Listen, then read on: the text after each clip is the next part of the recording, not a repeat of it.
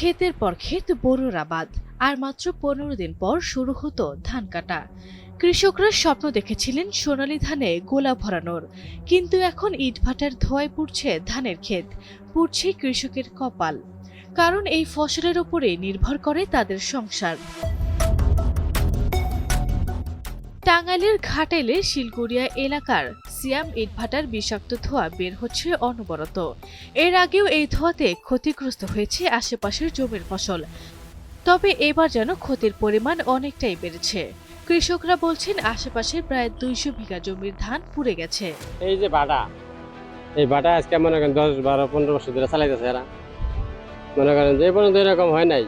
এর আগে যেরকম হয়েছে এটা অল্প অল্প হয়েছে, বেশি হয়নি।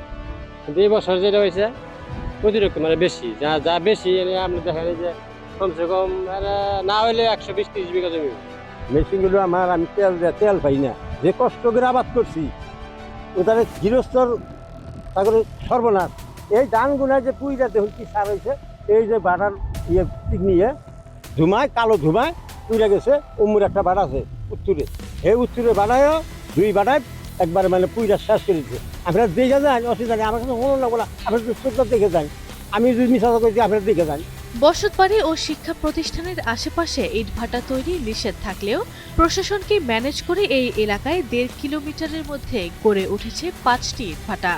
আর এসব ভাটার ধোয়ার কারণে কমে গেছে আশেপাশের জমির ফসল উৎপাদন। পাড়ায় সরাটা ধরে শেষ হয়ে গেছে একবারে, মানে সিংহে ছাড়া সরা ধরে শেষ হয়ে এই পাঠালায় কোনো কিছুই করতেছে না।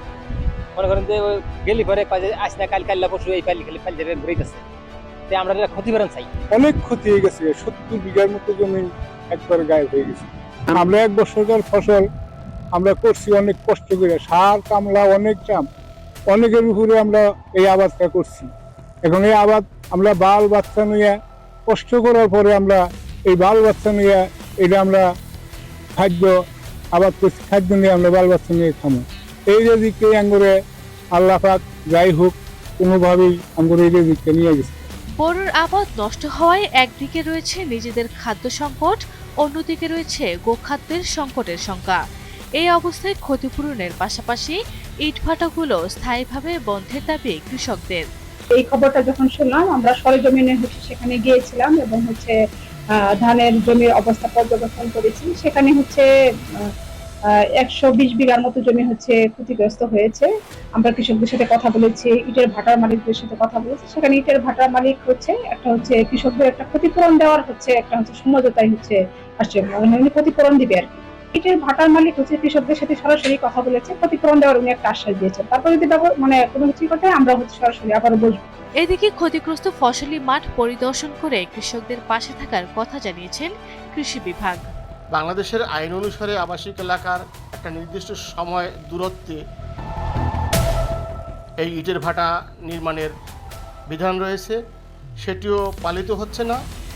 এছাড়াও এতদিন দেখে আসছিলাম আমরা যে কৃষি জমির যে টপ সয়েল, যে উর্বর মাটি, সেটিকে ব্যবহার করে ইট তৈরি করা হচ্ছে। এখন দেখা যাচ্ছে যে এই কৃষি জমির অঞ্চলে ইটের ভাটা তৈরি করা হচ্ছে, সেখানে কাঠ পুড়িয়ে ইট তৈরি করা হচ্ছে, ফলে আশেপাশের কৃষি যে ফসল সেগুলো ক্ষতিগ্রস্ত হচ্ছে। ধান পুড়ে যাচ্ছে, সবজি গাছ পুড়ে যাচ্ছে, অন্যান্য বৃক্ষ ক্ষতিগ্রস্ত হচ্ছে। টাঙ্গাইল জেলায় অসংখ্য অবৈধ ইট ভাটা থাকলেও প্রশাসনের কার্যকর ভূমিকার অভাবেই প্রায় ক্ষতিগ্রস্ত হচ্ছে ফসল ও পরিবেশের।